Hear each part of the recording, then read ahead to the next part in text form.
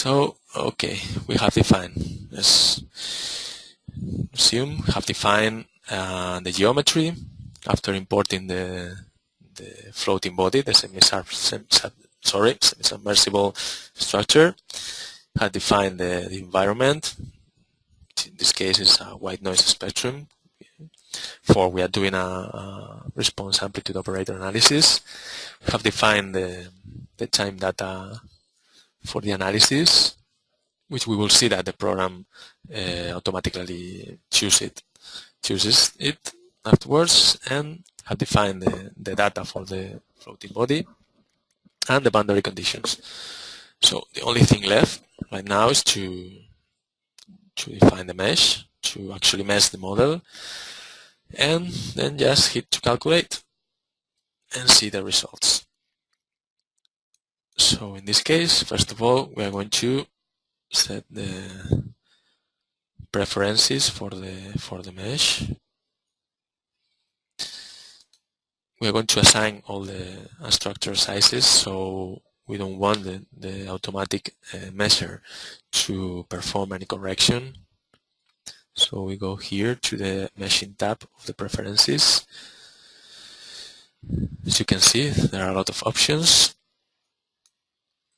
The only ones to our interest right now is the unstructured surface measure, which we're going to choose the RFast because it's not such a complicated geometry. We are going to use linear elements, so in default quadratic type, just choose normal. And here we don't want to correct the sizes, so hit non-correction. You can see here I'm going to mark the important data.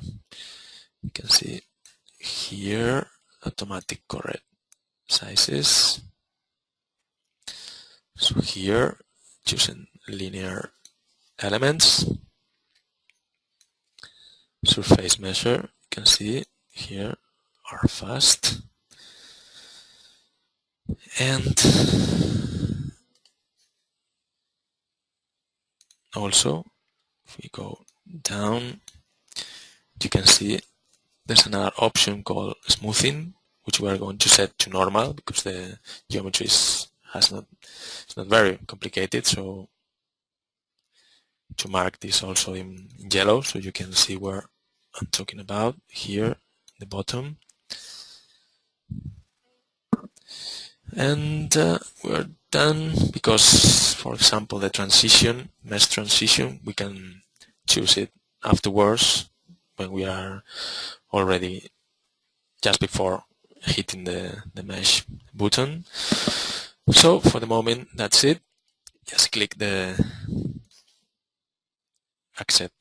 Well, let me delete these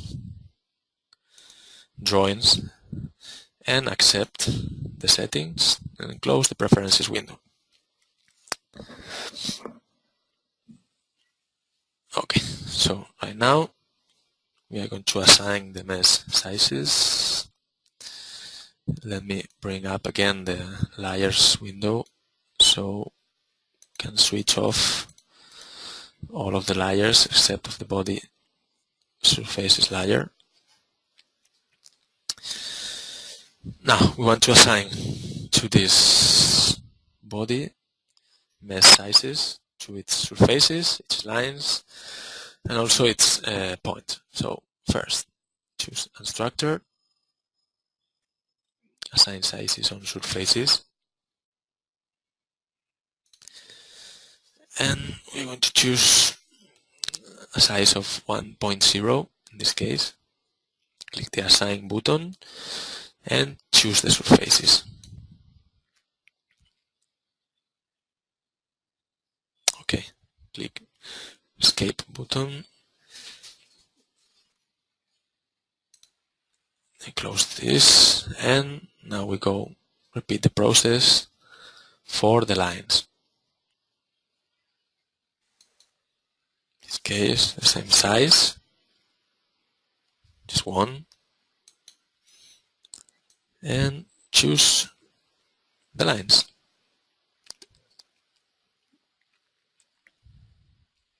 You can see there the lines chosen. And the only thing left for this floating body is to assign it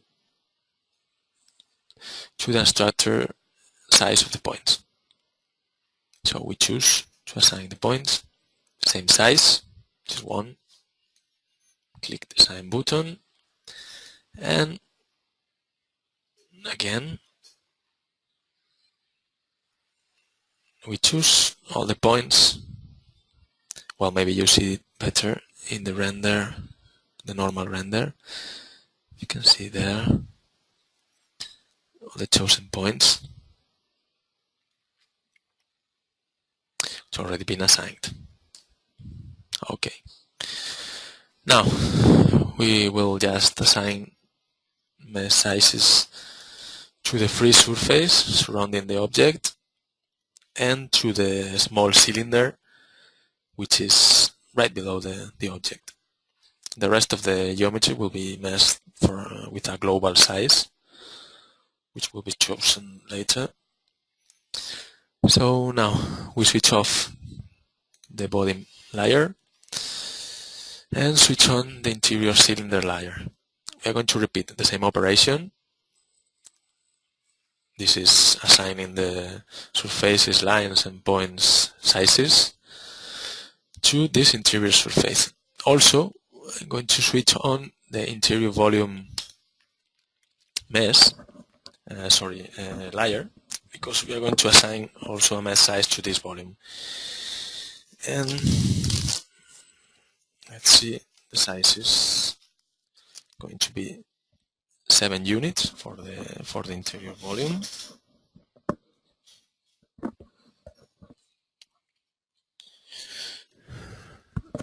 Sorry. Yeah. So the same process is going to be done. I'm going to select structure mesh sizes, this time over volumes. Assign a size of 7. Choose the volume. You can see it there. Now in red, selected. Okay. And now we are going to assign the same size to the internal cylinder surfaces and lines.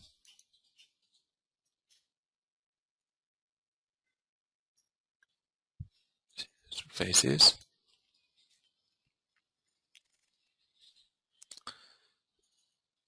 You see the size is already chosen. See there, 7. Click assign, select the surfaces. See there in red. Okay. And finally, lines and points. Same size.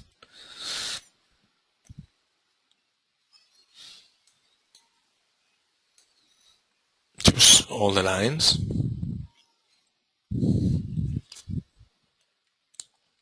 Okay.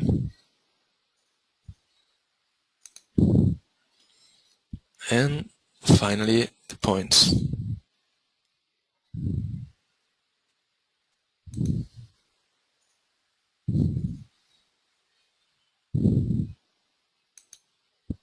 It's 2 points.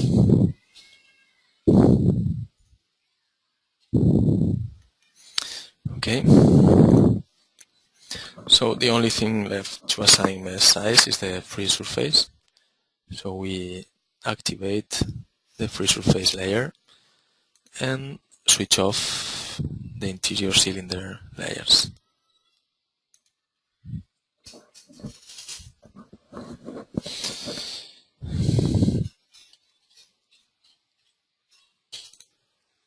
can see now we are going to assign a size of 4 to the free surface, the interior one only, which is surrounding the object. So assign sizes to surfaces, the same process again. The size in this case is going to be 4.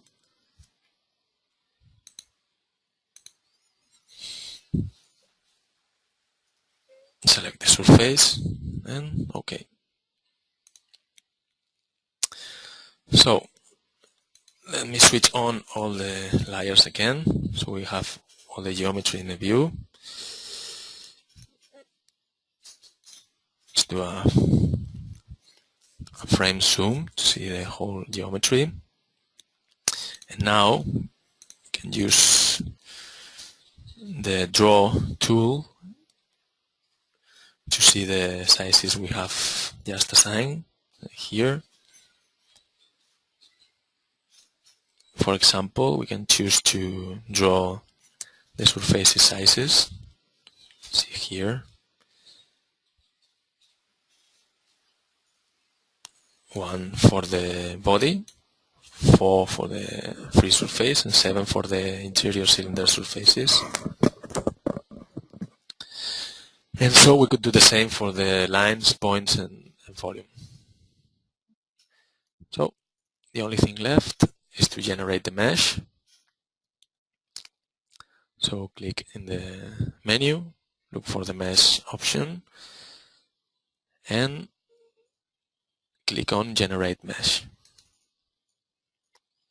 So the next thing you see is the meshing window which appears. Select to mesh it with a 30 meter, well, let's say 20 meter size, overall size. So this means that all the surfaces, volumes, and all general geometry entities which haven't been assigned with any size, mesh size, will be meshed with this general size, which is 20. And as I mentioned before, these unstructured mesh size transitions, which was an option in the preferences window for the mesh, is also present here in this window, so we can control it from here. In this case, we are going to need a mesh transition of 0.3. Yeah. This means that the transition of the element size from one small size to a bigger one is not very abrupt, so there are not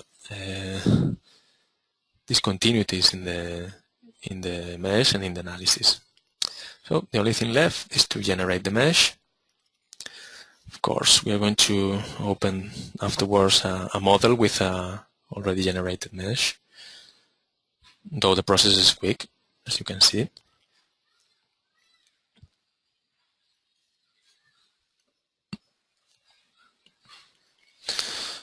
So right now,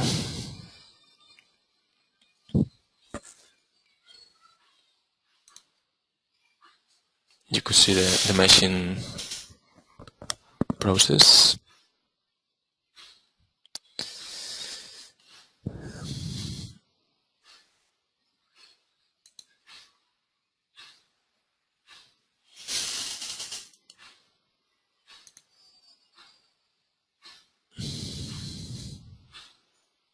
So when this process is ended,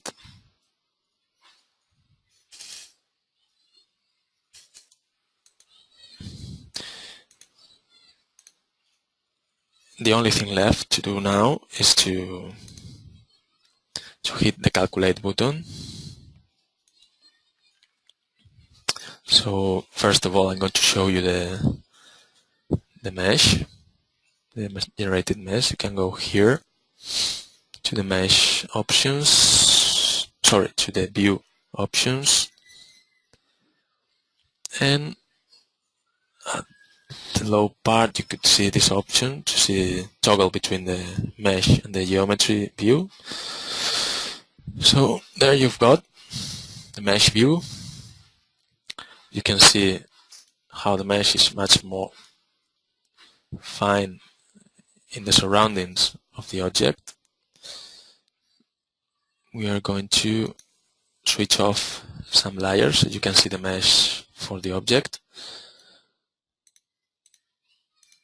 See here.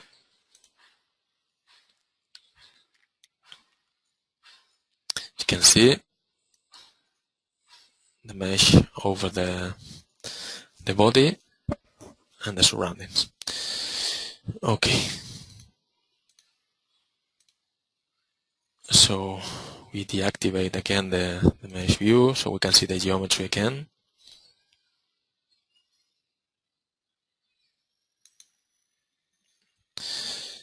And the only thing left would be to hit the calculate button, which can be done from the menu or directly from this icon, which I'm going to signal to you right now in yellow. You can see here this small icon with the calculator.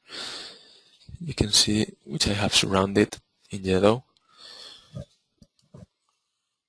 So of course the model has already been calculated. We're going to see the calculation info here in the calculate menu. Have this option for viewing the process info, which can be done while the analysis is being performed. So what we are going to see now is the information of the analysis. You could see the total time spent here. You can see marked in yellow, and some other timings for the solver, the building of the problem matrices, etc. Also, you could see all the time steps with its iterations, and at the beginning of the process info file, which we are viewing right now, you could see some interesting data. For example, the displacement. Remember, we chose to let the program calculate the displacement, setting the volume times density, so the program automatically calculates the displaced volume. So you have here, I'm going to mark it in yellow, have the displacement in cubic meters and in kilograms. And below you can see some hydrostatic information, the flotation area. You can see here, I'm going to mark it in yellow right now.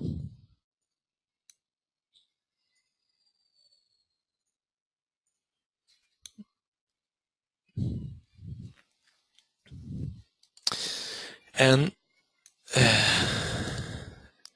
something I mentioned before, you can see the time step here, time step which we chose, which was 0.3 seconds.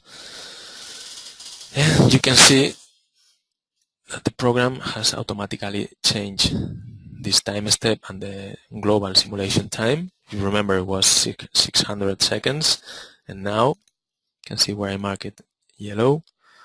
The time step has been switched to 0.207, and the simulation time has been modified to 512.8 seconds. So this is enough to fulfill the Fourier analysis requirements, as it is noted here. So this is the process info we have obtained for this analysis. And well, this is a response amplitude operator analysis. The interesting thing to see or to post-process is the graphs for the response amplitude operators. So this is what we are going to see. We can see them through the integrated post-process system. So we just click on the post-process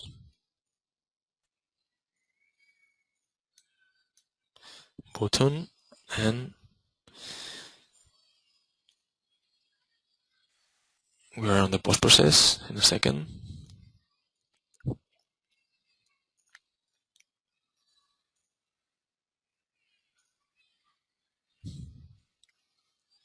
So it's loading all the results. In the next example, for the analysis of the dynamic behavior of the same structure with mooring and everything, we will see some other results like the free surface, the elevation of the free surface, the radiated and the diffracted waves, and the pressure over the body, and also the mooring dynamics.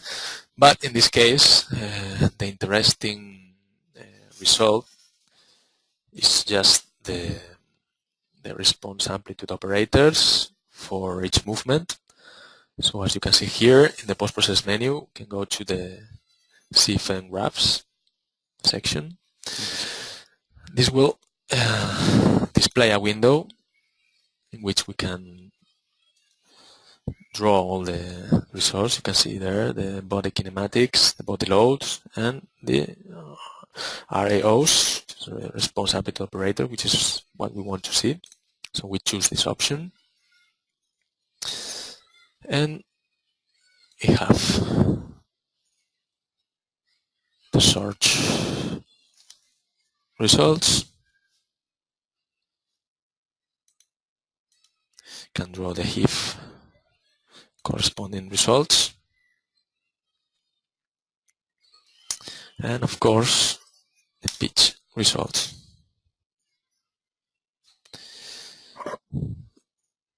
So this is all for the mooring, for the response amplitude operator analysis. We'll go back to the pre-process. So the point of this example was to show how the full model is created from scratch, and to go up to the end to see the results.